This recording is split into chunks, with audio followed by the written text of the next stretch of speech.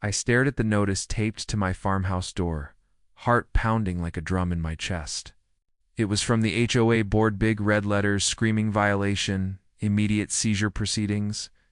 They'd claimed my overgrown field violated some new community aesthetic rule, and now they were threatening to take my land, my home. Everything I'd built over 15 years. I ripped it down, hands shaking, and called their office right then. The woman on the line laughed coldly. Pay the fine, or lose it all by next month. But how could they? This was my property, paid off fair and square. Little did they know, I had something they never saw coming. And it was about to unravel their whole perfect neighborhood. What was at stake? My farmhouse sat on 10 acres just outside this upscale subdivision they'd shoehorned in 5 years ago. Lose it, and I'd be homeless at 52, scraping by on odd jobs while they auctioned my life's work to the highest bidder.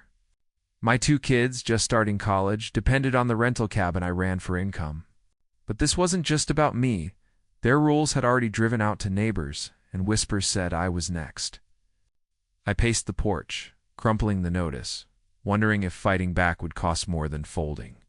Stick around, because what I uncovered about their precious HOA would flip this nightmare on its head. Okay? Quick backstory, so this makes sense. I'm a former bank loan officer turned small-time farmer in rural Georgia, about 30 miles from Atlanta. Bought this old farmhouse in 2010 after the crash, fixed it up with sweat equity. 5 years back, developers plopped down Willow Creek Estates right next door, 200 cookie-cutter homes, pool, clubhouse, the works. They formed an HOA to protect property values, but it was a power trip from day one. Fines for tall grass, ugly farm equipment, even my chickens clucking too loud. Why it mattered?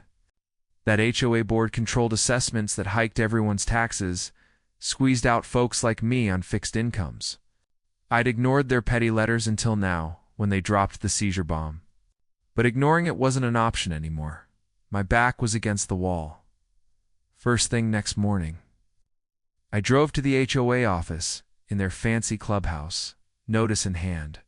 Board President Hank, big guy in a polo shirt, met me at the door with 2 enforcers.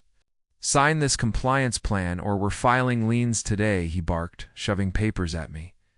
I pushed back, voice steady but fists clenched. This is my land, not your playground. They laughed, slapped a yellow violation sticker on my truck windshield right there, and escorted me out. Consequence hit fast by afternoon. My mailbox overflowed with final warnings from their lawyer. Would they really foreclose? 2 days later, a surveyor showed up unannounced at dawn, stakes and flags in his truck. I ran out in my pajamas, yelling, "Get off my property." He smirked. HOA contract gives us right-of-way. They marked my entire front field for beautification. I spent the day pulling stakes, sweating bullets, muscles aching from the fight. That night, my phone rang Hank. Tamper with our work, and it's criminal trespass. Lights from their development glared into my windows like spotlights. How far would they push? Curiosity hook. But then I found their first lie in the property records. Week 2, they towed my tractor from the driveway, $500 fee, impound lot 20 miles away. I borrowed a neighbor's truck to retrieve it, fuming the whole drive, knuckles white on the wheel. Back home, another notice, double fines for noncompliance. I slammed doors, couldn't eat, lay awake plotting calls to county officials who ignored me. Visible fallout, my best laying hen stopped producing. Stress, I guess. They scheduled a hearing for next week, hinting at sheriff's involvement. Was this the end? Hearing day, community center packed with Willow Creek busybodies. Hank presented evidence photos of my eyesore farm next to their manicured lawns. I stood, throat tight, mumbling facts about my deed. They voted unanimously. Seizure motion approved. I stormed out, kicking gravel, tears stinging as I realized my kids' tuition was tied to this land. Uncertainty loomed. What if the judge sided with them? Here's where it got weirder. I dug into old county records that night, fueled by black coffee and rage. Turns out, Willow Creek's original developer had defaulted on a construction loan back in 2015. Guess who held that mortgage? My old bank, where I'd worked. And when the bank foreclosed quietly, they assigned the note to me as a silent partner part of my severance package.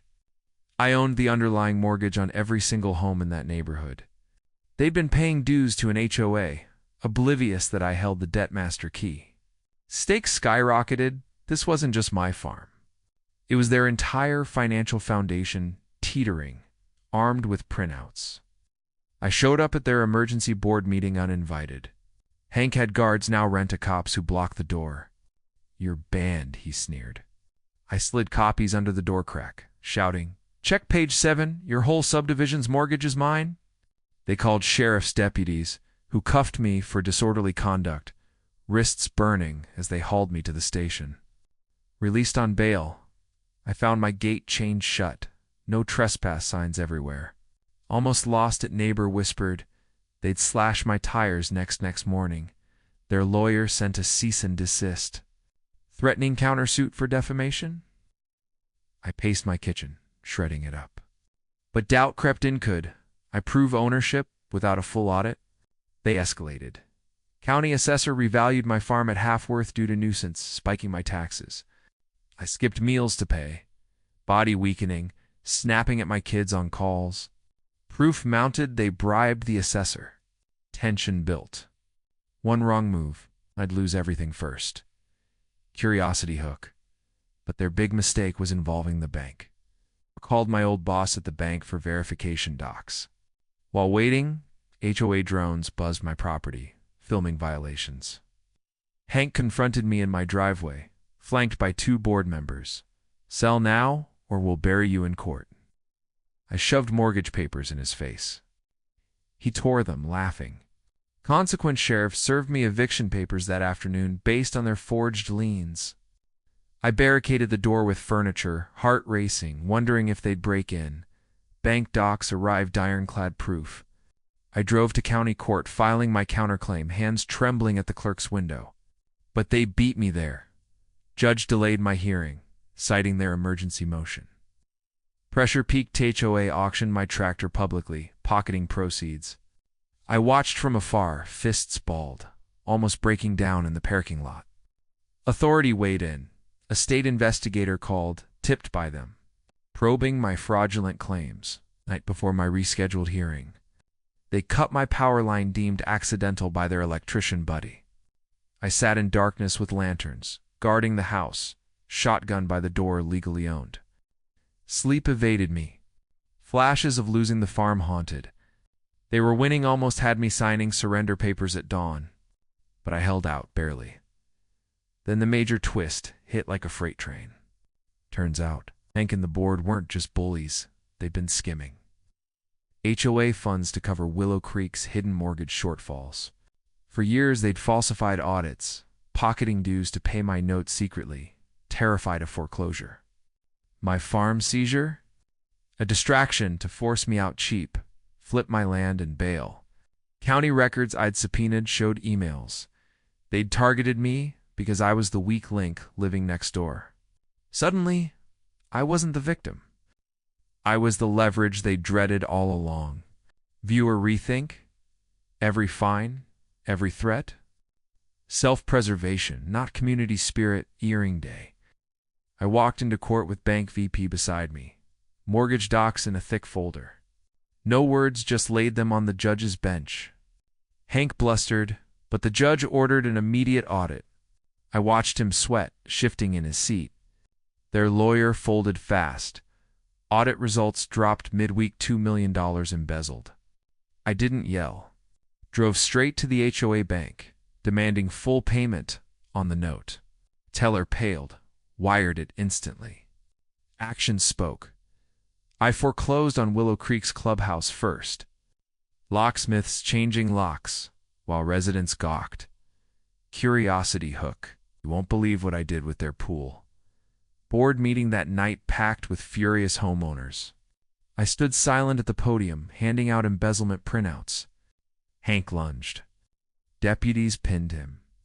No speeches, just facts projected on screen. Chaos erupted as dues payers demanded refunds. Final confrontation at Hank's McMansion. I knocked, sheriff in tow. He opened, face ashen. I slid the foreclosure notice under his door, his home first on the block. He begged. I turned, walked away. Auction signs went up neighborhood-wide by dawn. Last push, they rallied for a class action against me. I countersued with evidence, bank backing. Court dismissed theirs and ours. Mine settled for their personal assets. I padlocked their gate, drove home under clear skies for the first time in months. Payoff came swift and brutal. Court ruled my farm untouchable, their liens voided, and slapped the HOA with dissolution orders. Hank and 2 board members faced felony charges handcuffed in orange jumpsuits on the local news. Willow Creek homes devalued overnight. Half listed for sale within weeks. I got my fines refunded triple, plus damages enough to expand the farm. Justice, sweet earned through those dogged filings. But lesson lingered. Power unchecked devours its own. Months later, the farmhouse porch feels peaceful again, chickens scratching freely. I still get stares from the few holdouts next door, and nightmares wake me sometimes, replaying Hank's smirk. My kids graduated debt-free, farm thriving. But was I the hero, or just a landlord pulling strings? What would you do? Forgive and rebuild, or let them burn?